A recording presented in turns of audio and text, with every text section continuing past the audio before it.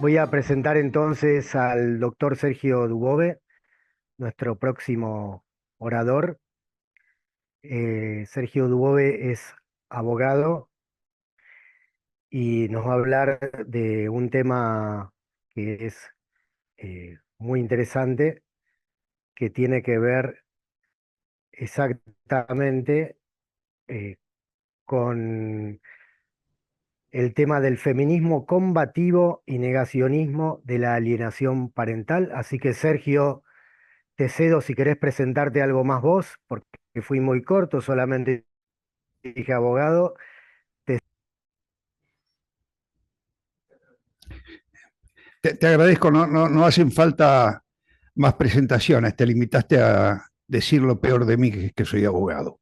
De cualquier modo, les quiero agradecer la oportunidad de hablar sobre este tema porque me permite entender por primera vez la sensación que experimenta un paracaidista cuando se da cuenta de que se olvidó el paracaídas. Ciertamente, alienación parental y feminismo es un título por lo menos provocativo y suena antagónico.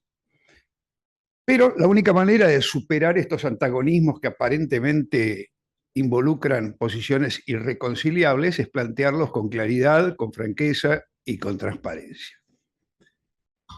Así que haremos un intento.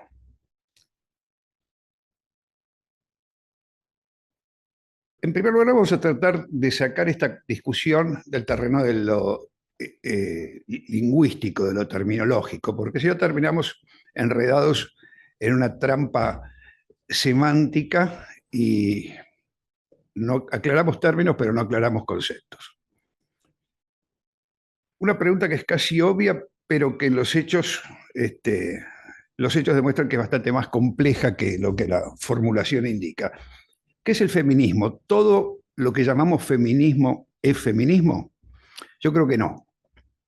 Yo entiendo por feminismo, y me parece una definición convencionalmente aceptable, una corriente de pensamiento que promueve la igualdad de derechos entre el hombre y la mujer y proscribe toda forma de discriminación y de violencia contra las mujeres. Por supuesto, podría elaborar una fórmula mucho más extensa y quizás más sofisticada y más técnica, pero creo que la idea de feminismo está más o menos bien definida dentro de esos contornos.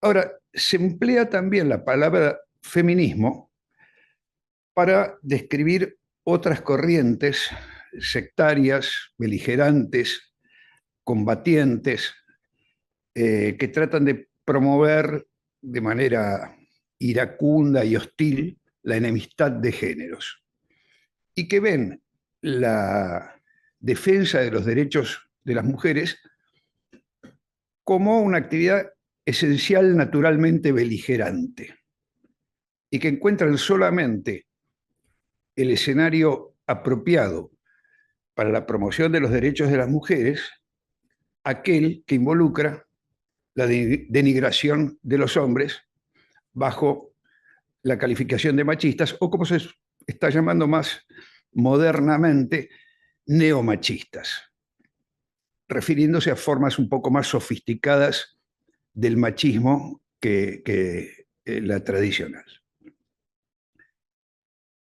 Esta forma de feminismo combativo, de feminismo extremista, se vale de argumentos eh, básicamente vacíos de contenido.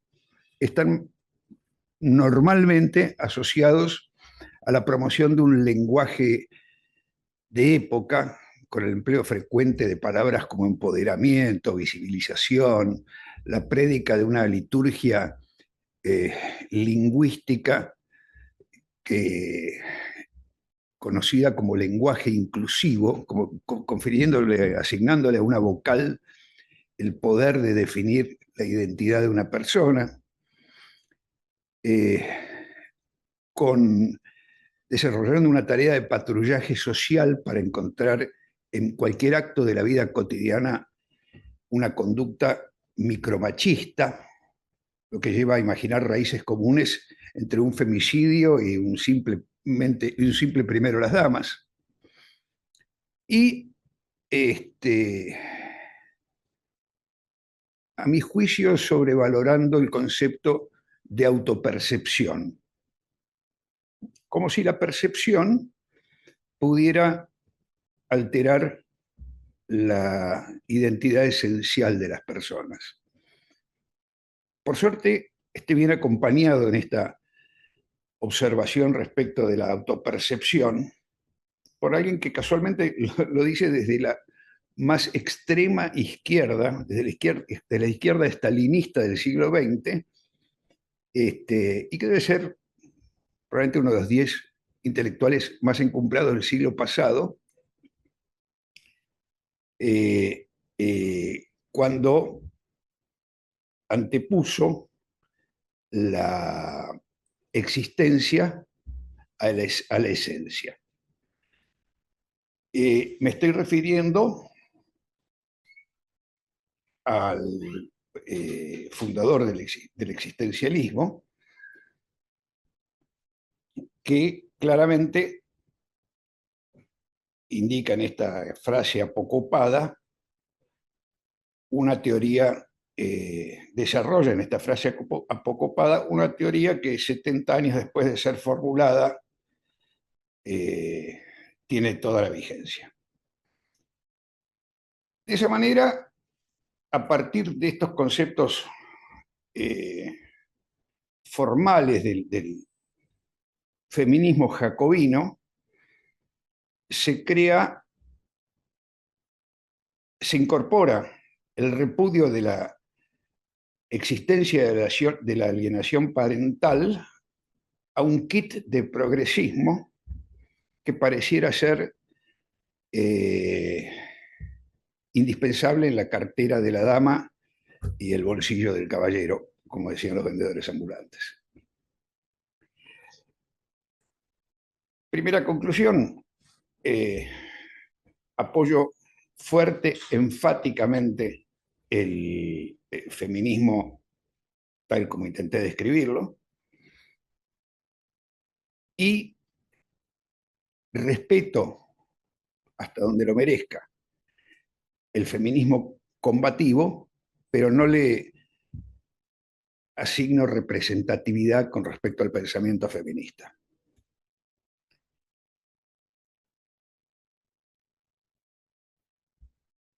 La segunda cuestión probablemente sea la más que quiero plantear, probablemente sea la más irritante de esta problemática.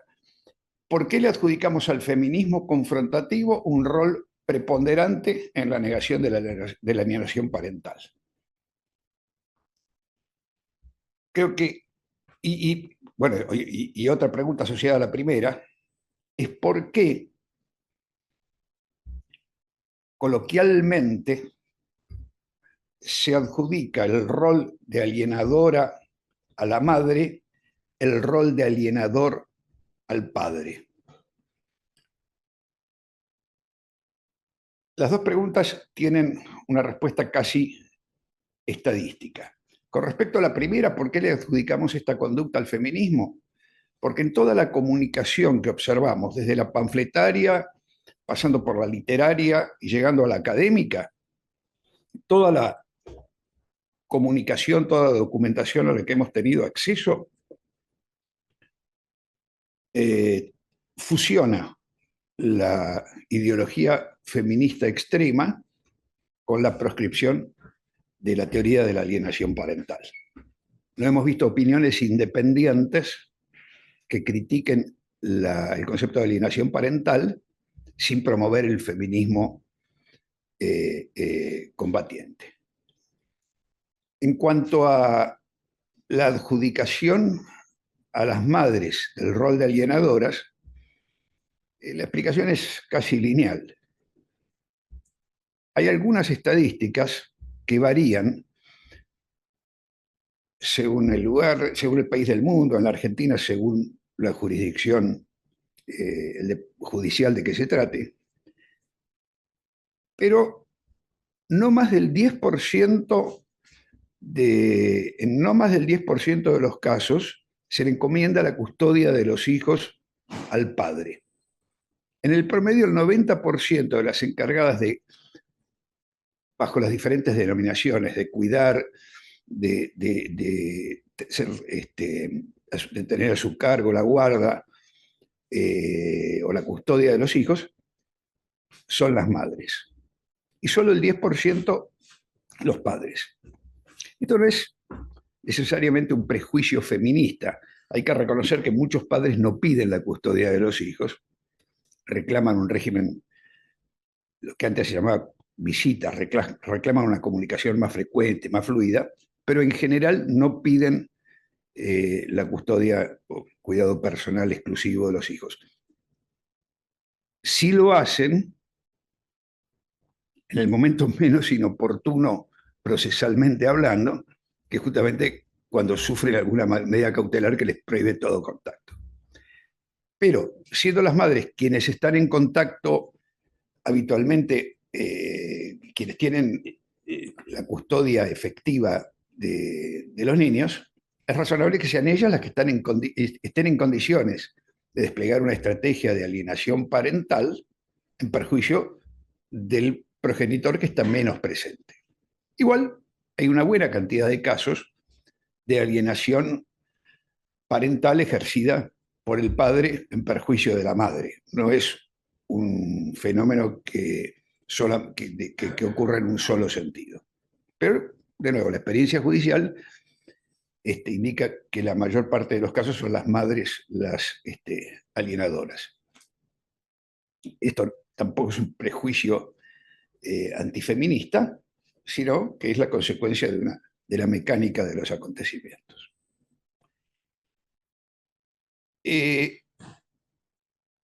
Ahora vamos a otro aspecto de la cuestión. Cuando empecé a organizar un poco esta conversación, vi que tuve la sensación de sentirme incómodo y que no me resultaba fácil abordar la controversia con los patrones de análisis con que uno normalmente encara estas cuestiones. Y fui desarrollando algunas ideas desilvanadas que trataré de concentrar ahora del modo más breve y claro posible. En primer lugar, yo creo que todo desacuerdo está edificado sobre acuerdos básicos.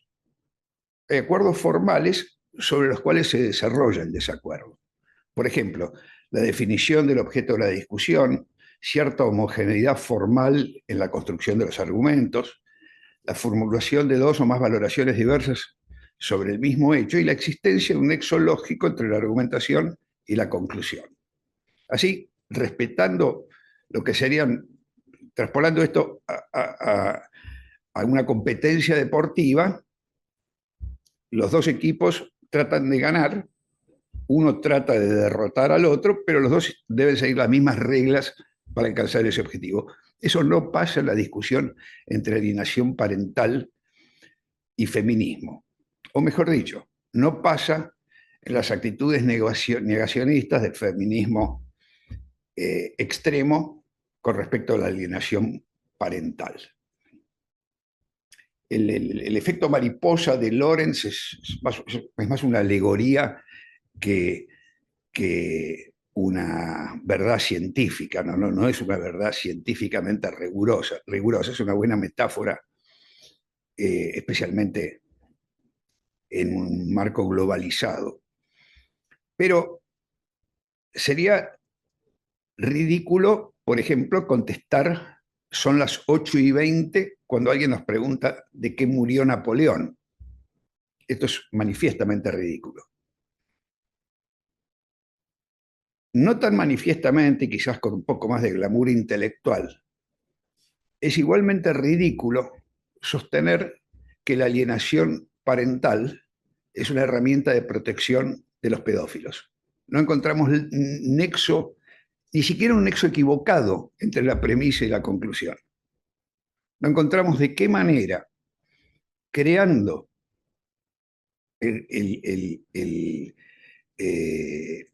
organizando las experiencias obtenidas a partir de la observación de fenómenos de alienación parental,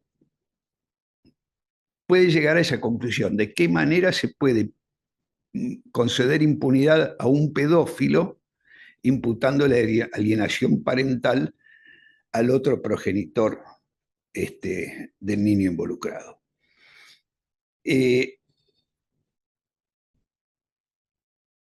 La, esta dificultad estructural en la polémica me impide inclusive rebatir los argumentos del feminismo extremo, porque se autosustenta, es autoportable, es dogmática, axiomática, repite clichés que van rebotando en la sociedad, se van valorizando solamente por su reiteración, pero no pasan por una auditoría de verosimilitud, de comprobación científica, de evidencia. Por otro lado, la alienación parental no es un invento, no es una creación literaria, ni es una técnica defensista de un abogado defensor de pedófilos. Es una comprobación que atravesó todas las etapas de la investigación científica. Y no está afectada, además, por el sesgo de confirmación que impregna toda la doctrina feminista jacobina, es decir, esa necesidad de ir a abastecerse de fuentes que refuercen las premisas de quien va a buscar información.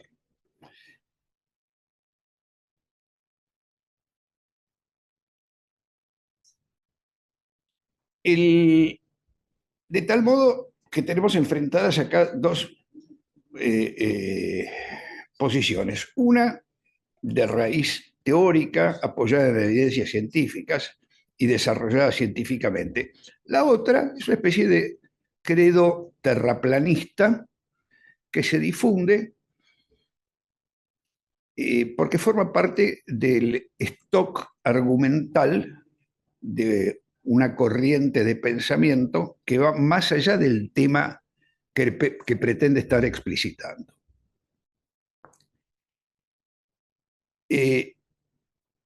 No voy a, pues me están pidiendo que me apure, Sí, lo que es un quedan unos beneficio para 2, 3 ustedes y para mí. minutos, doctor.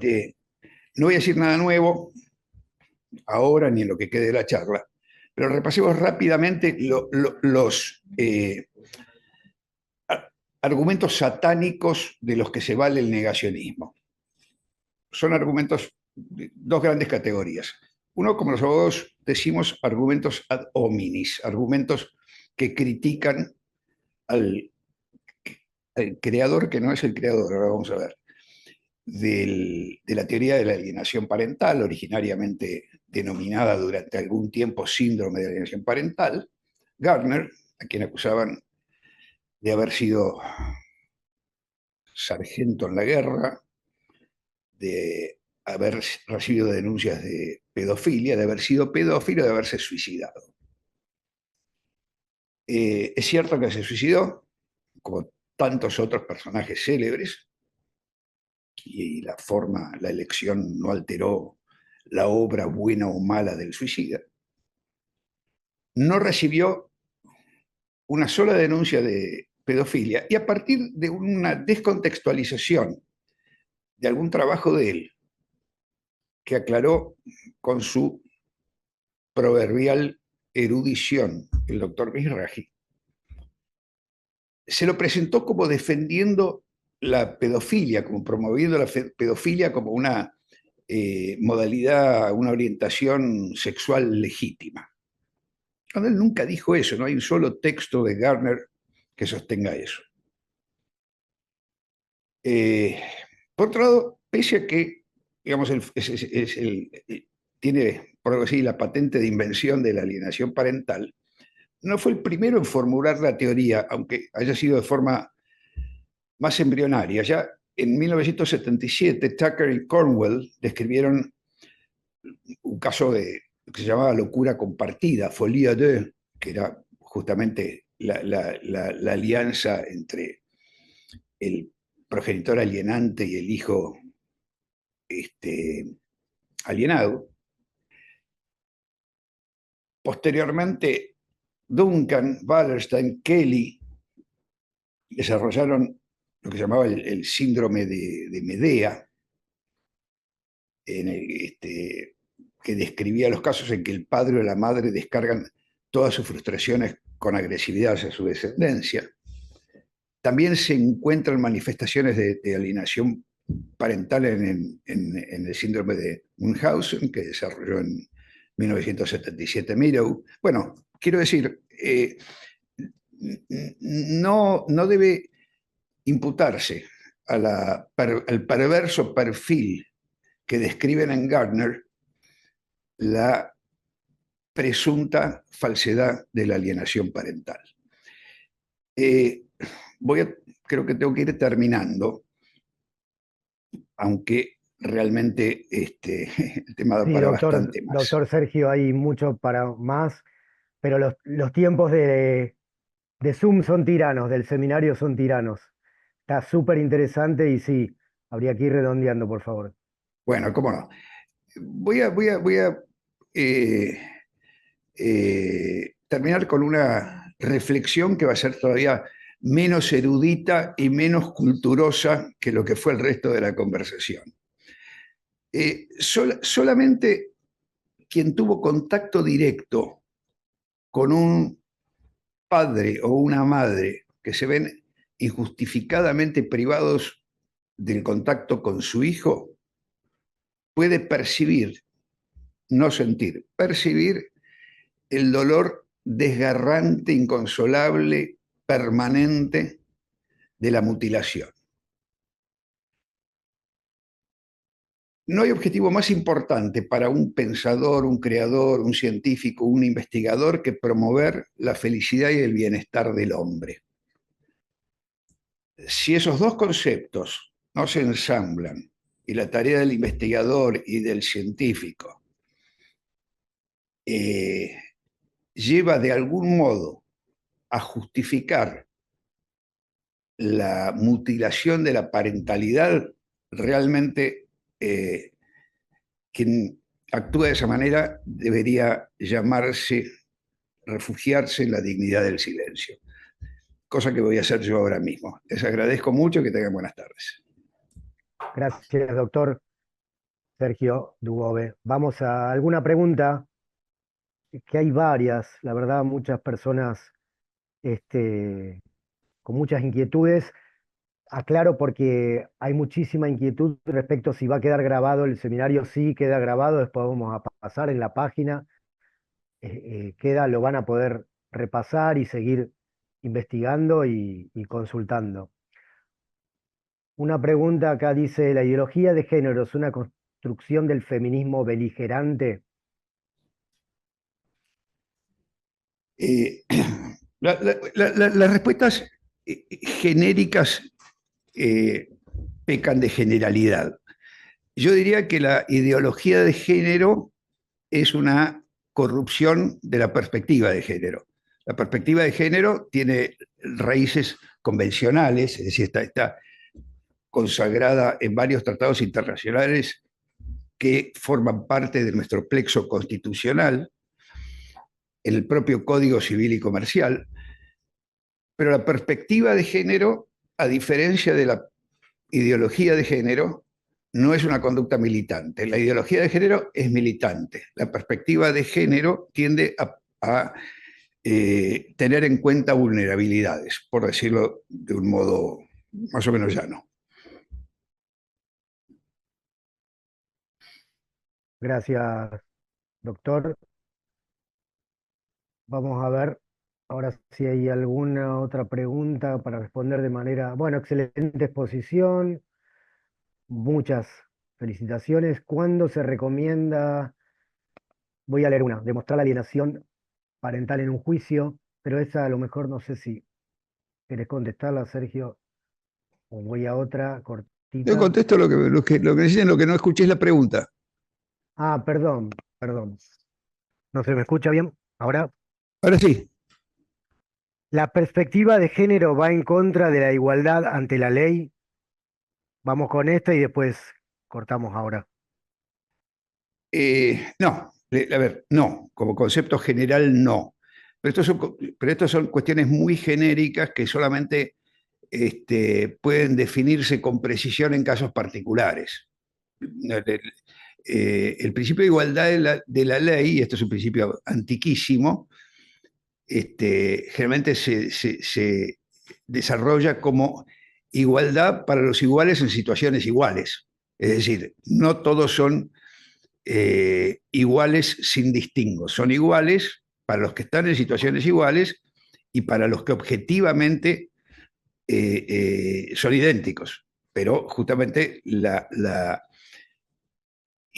perspectiva de género implica reconocer en la mujer una situación de vulnerabilidad secundaria a una cultura patriarcal que recién empezó a desinstalarse hace 100 años.